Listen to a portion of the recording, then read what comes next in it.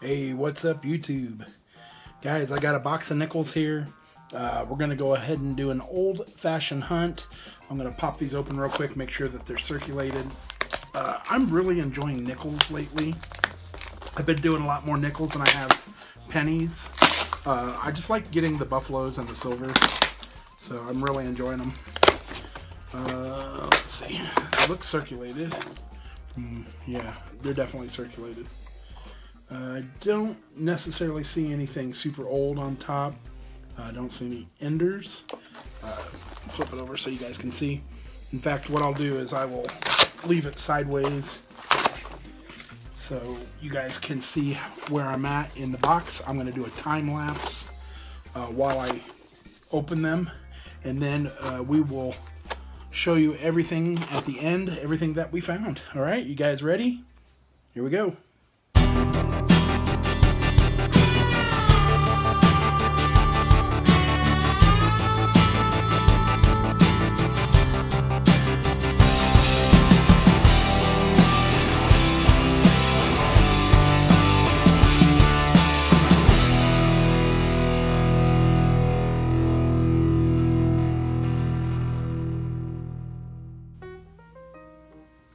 Alright guys, we have come to the end of the hunt, and guys, I am super stoked at everything we got here today.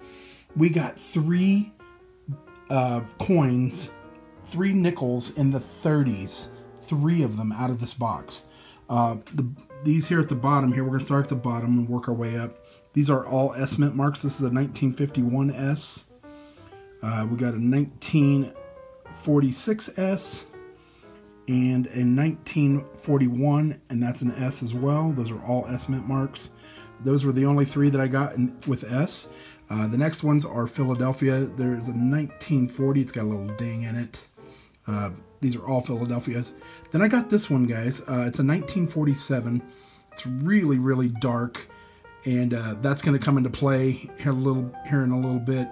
I don't know what's up with this coin, but usually when I see dark coins like this, they're just dirty. And they're usually not old, but this one just happened to be a 47. That was a plain. And then we got, let's see, a 41 plain there.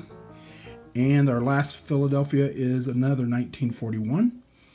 Then we go up to the Denver mint marks, guys. And the first one we have is a 1959 Denver. And what's that? I believe a 1956 Denver. Then we had a 1955 Denver. I got to check that one. That could have an S. It could be a D over an S. And it looks a little funky, so I'm going to check that one out. We'll hold that up to the side up here, because we're going to be looking at a couple other ones up close and personal there. There's a 54D and another, I believe it's a 59D. So those were all of our 40s and 50s. Then we got this Canadian nickel, 1987. And then I got this. This one kind of freaked me out because I didn't see the design right away. I saw this, and I wasn't familiar with that so much. If I would have saw that, I would have known it was a Euro coin. But this kind of freaked me out at first. But anyway, 5-cent Euro. Then, guys, up here, we have 2, that's my 55, sorry. We had 2 1939s. Both of these are 1939, and unfortunately they were both Philadelphia, but the 1939 Ps could have double die reverse. So we're going to check those real quick with the macros lens, along with this 1955D, because that could be a 55D over S. And guys, last but not least, check this out. This is so cool. A buffalo, and it came out, it was so black. At first I thought it was just a dirty coin, and then I looked at it and I was like, oh my gosh, look at that. I don't know if it's just been in the ground for a long time or what the deal. It's a 1936, I believe. We'll look at it with the macros lens here in a second. I couldn't see a mint mark, so let's get up close and personal real quick. Let me grab the macros lens. We'll throw that on and we'll finish this up.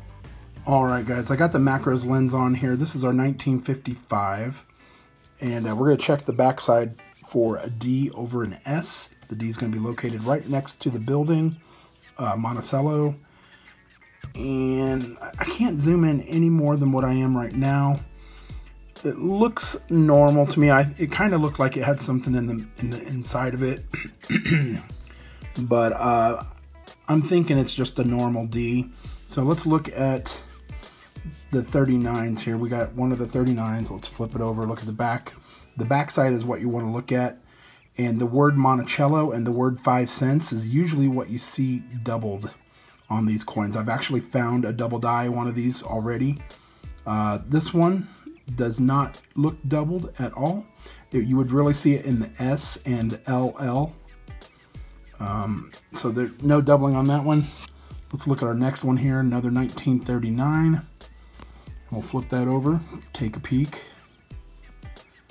And the LL and the S look normal to me, so this is not a double die, unfortunately. All right, let's look at that Buffalo, guys. So this is a 1936 Buffalo. Let me zoom out a little bit here. 1936, I believe it. I can't tell. I think it is a 36. But look at it. It's so cool looking. This is like probably one of my favorite Buffaloes that I've found ever. It's so cool looking. It almost looks like maybe it's been underwater. Maybe somebody's found it in a river or somewhere. I don't know, maybe a pond or something like that. It's an old swimming hole. But the backside is really, really cool too. And there you can see the 5 cents. I don't see a mint mark down there. It kind of looked like there was something, but I don't know. I think it's just, I don't know. There's something right there under the E, but I don't think it's a mint mark. But dude, this is so cool. This is the black Buffalo, guys. It came out, it was so black.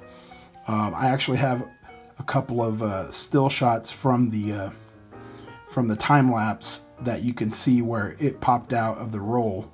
Luckily, it kind of caught it, so it's pretty cool. You could see it when I open up the wrapper. It's kind of like towards the end, and then you see in the next shot that I'm like starting to pick it up because I saw it, and I was pretty floored.